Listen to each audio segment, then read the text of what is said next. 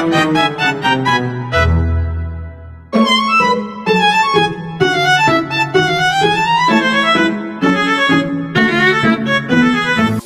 adalah satuan bahasa terkecil dan dapat berdiri sendiri. Contohnya ada morfem tunggal dan morfem gabungan. Morfem tunggal seperti rumah, sedangkan morfem gabungan yaitu Pancasila. Adapun kata berdasarkan bentuknya. Yang pertama ada kata dasar, ada kata ulang, kata majemuk, dan kata serapan. Yang pertama, kita akan membahas bentuk dari kata dasar. Kata dasar adalah satuan bahasa terkecil yang memiliki makna. Contohnya ada makan, tidur, sapu, baca, tulis, dan lain sebagainya. Yang kedua, kita akan membahas bentuk dari kata ulang. Kata ulang adalah kata yang diulang-ulang. Contohnya seperti anak-anak. Namun, kupu-kupu bukan bentuk dari kata ulang, karena tidak ada kata yang dikenal dari kata kupu. Adapun prinsip dari kata ulang. Yang pertama, selalu memiliki bentuk dasar yang diulang-ulang. Yang kedua, bentuk dasarnya merupakan kata yang biasa dipakai dalam bahasa Indonesia. Yang ketiga, proses pengulangan tidak mengubah kelas kata dan makna. Selanjutnya kita akan membahas kata majemuk. Kata majemuk adalah gabungan dari dua kata atau lebih yang membentuk makna baru dan diperlakukan sebagai satu kesatuan makna.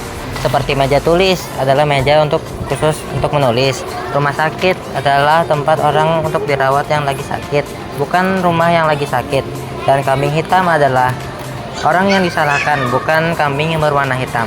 Ada kata serapan. Kata serapan adalah kata yang diserap dari kata lain, baik bahasa daerah maupun bahasa asing. Kata serapan terdiri dari 3. Yang pertama, kata adopsi. Kata adopsi adalah kata yang tidak diubah dari kata sebelumnya. Contohnya seperti supermarket dan mall. Yang kedua, ada kata adaptasi. Kata adaptasi adalah kata yang disesuaikan dengan ejaan Indonesia dari juice menjadi jus. Terakhir, ada kata terjemahan. Kata terjemahan adalah kata yang bahasa Indonesia kan atau diartikan dari bahasa asing ke bahasa Indonesia. Contohnya seperti download menjadi unduh.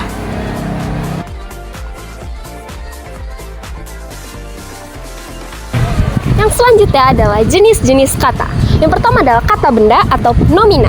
Nomina adalah jenis kata yang merujuk pada nama orang, tempat, ataupun benda. Contoh seperti meja, kursi, buku, dan lainnya. Lalu yang kedua adalah kata kerja atau disebut juga verba. Verba adalah kelas kata menyatakan suatu tindakan, perbuatan, ataupun keadaan. Contoh seperti menulis, membaca, berdiri, berlari, dan lainnya. Lalu yang ketiga adalah kata sifat adjektif. Adjektiva adalah kelas kata yang digunakan untuk menjelaskan sifat, keadaan, atau karakteristik dari suatu benda, orang, dan lainnya. Contohnya seperti anak itu pintar, rumah itu tinggi, atau buku itu tebal. Dan yang keempat adalah kata ganti atau pronomina. Pronomina adalah kata yang digunakan untuk menggantikan kata benda atau nomina atau frasa nomina dalam suatu kalimat. Contohnya, kata ganti orang itu seperti saya, kamu, dia, mereka. Dan kata ganti penunjuk itu seperti ini, itu, sini, sana. Lalu yang selanjutnya ada kata ganti penanya seperti siapa, apa, di mana, dan kapan.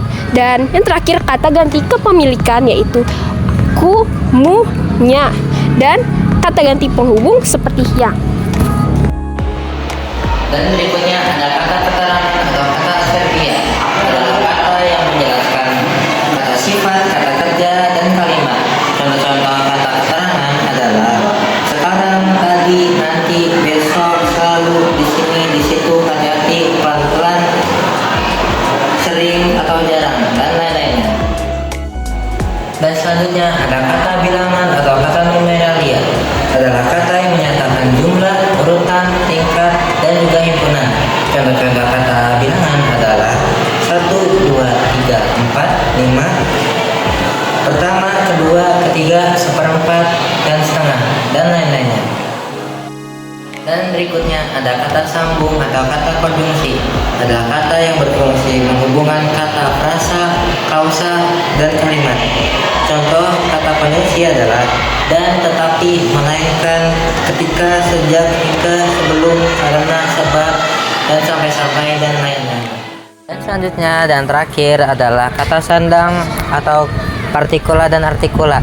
Kata sandang adalah kata yang ditugaskan untuk menyertai kata benda tersebut, tapi tidak mengubah arti dasar dari kata tersebut, seperti si dan sang. Si itu adalah individu, hewan atau tumbuhan, kalau sang itu adalah tunggal yang diagungkan.